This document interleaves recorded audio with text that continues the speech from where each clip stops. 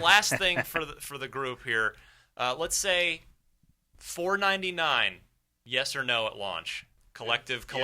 Yes. I don't think that'll be the price. I'm throwing it out there. I'm going somewhere with this. $4.50 is $4.99. I'm fine with that. So nobody's like, hell no, $500 is too much. Nobody's saying that. Come on, everyone in this room should say $2.99. You know, Microsoft listens to this. Microsoft will listen to what consumers are going to think the proper price is. You're crazy if you're going to say $500. $199, right, guys? Yeah, $199 or nothing. Patrick, quickly. Someone who will be buying a PS4 when it launches, Yep. yeah, it would be nice if it was. If they do that subsidized thing that you guys have been talking about for a while, although we haven't seen evidence. Yeah, of that. no evidence of that now. But if whatever reason they did and they launched it at $2.99, I would totally eat that up. So you would go $2.99 and then pay the $15 Xbox Live fee every month. You know, you pay more. Yeah, I know, but initially, live as well. But you would be getting it live too, wouldn't you?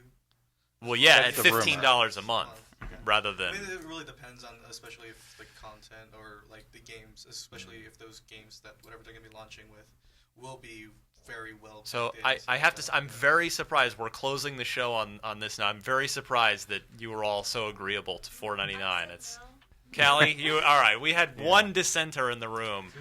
Eric. Three, okay, me. just quiet, and Peter. All right, so but we're still a majority of folks, and we got a dozen people in this room, and the majority of them are willing to go $4.99 at launch. I'm a little surprised. Destin, how about you? Well, I mean, if I'm speaking as a retailer, I would wait for a sale or a price drop at a point like $4.99, but because it's part of my job, I have to kind of get it. Well, I know that. You know, but like I waited for a PS3 until they said we're not making the 60 gigs anymore, and I'm like, well, I gotta buy it because I want that backwards compatibility. Well, that was a unique issue as well. That's we're not. No, that's something I wanted. You know, right?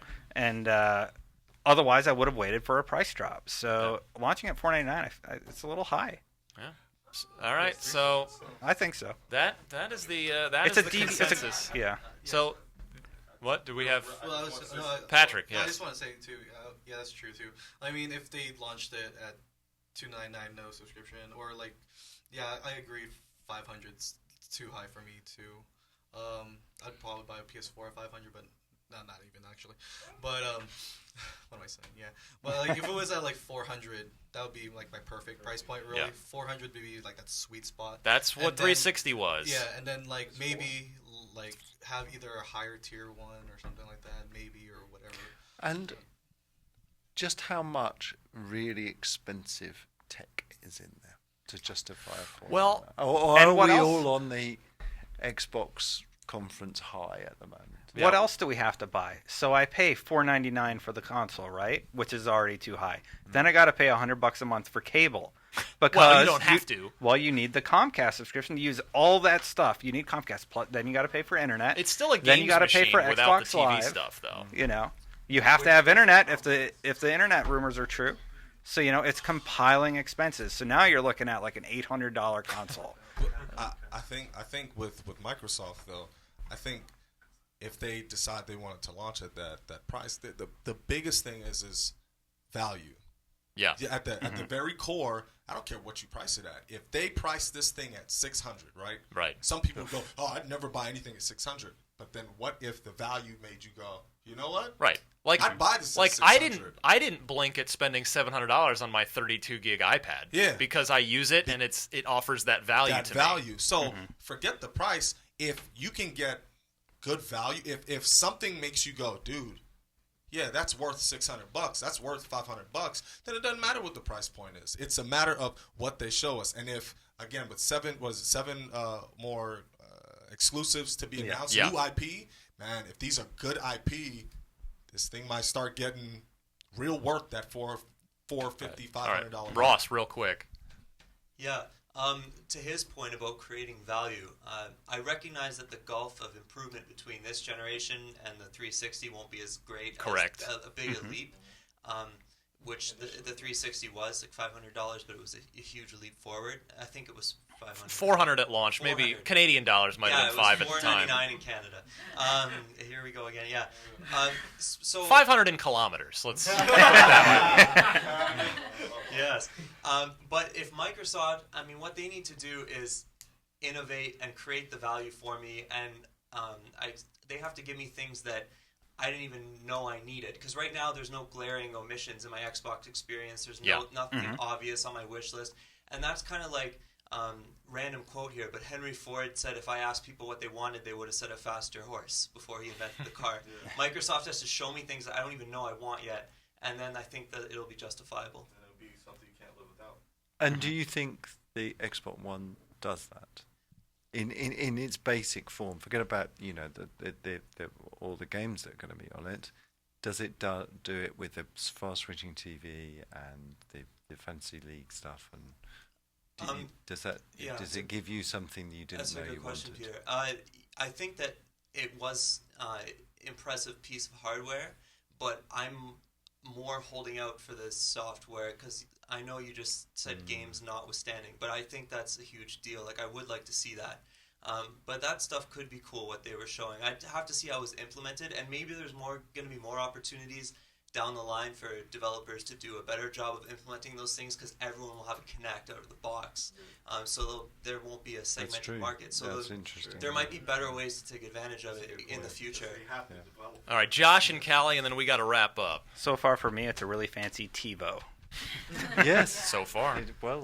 Just really quick, I mean, I think there was a lot of good things that Microsoft really needed to differentiate what they had differently from what Sony has. So they had, they needed to show all these things, and they said beforehand that they were going to show the games at E3. Yeah. So I mean, just overall, I would just say, for all the people who have blown up on the internets right now, hold on, the games are coming. Don't be too rash on everything. I think that what they rash? I know. What are the odds? But I think overall, though, what they did show was very impressive, and they should be commended for what the stuff that they did show. It was good what they showed, so I was impressed with that. Callie, you get the last word. Oh God.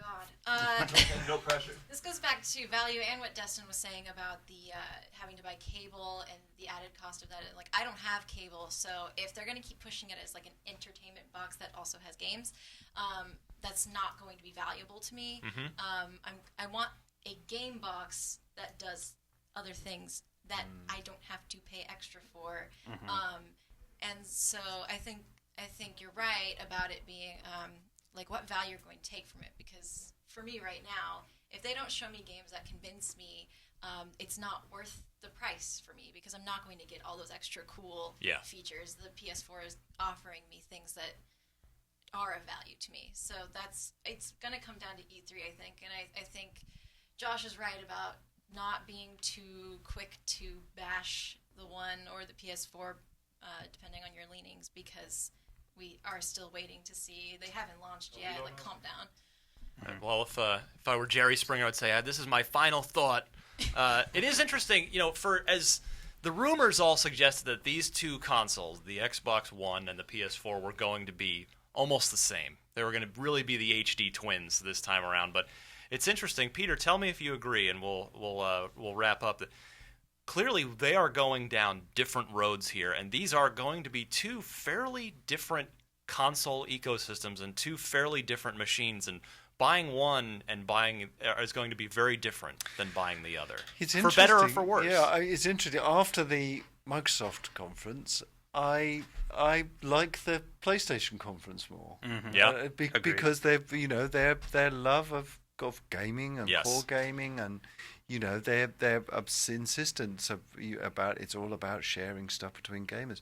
So maybe we're going to get the ultimate geeky gaming console versus the ultimate TV living room experiences that can make games, and that is different. It is different from where we are.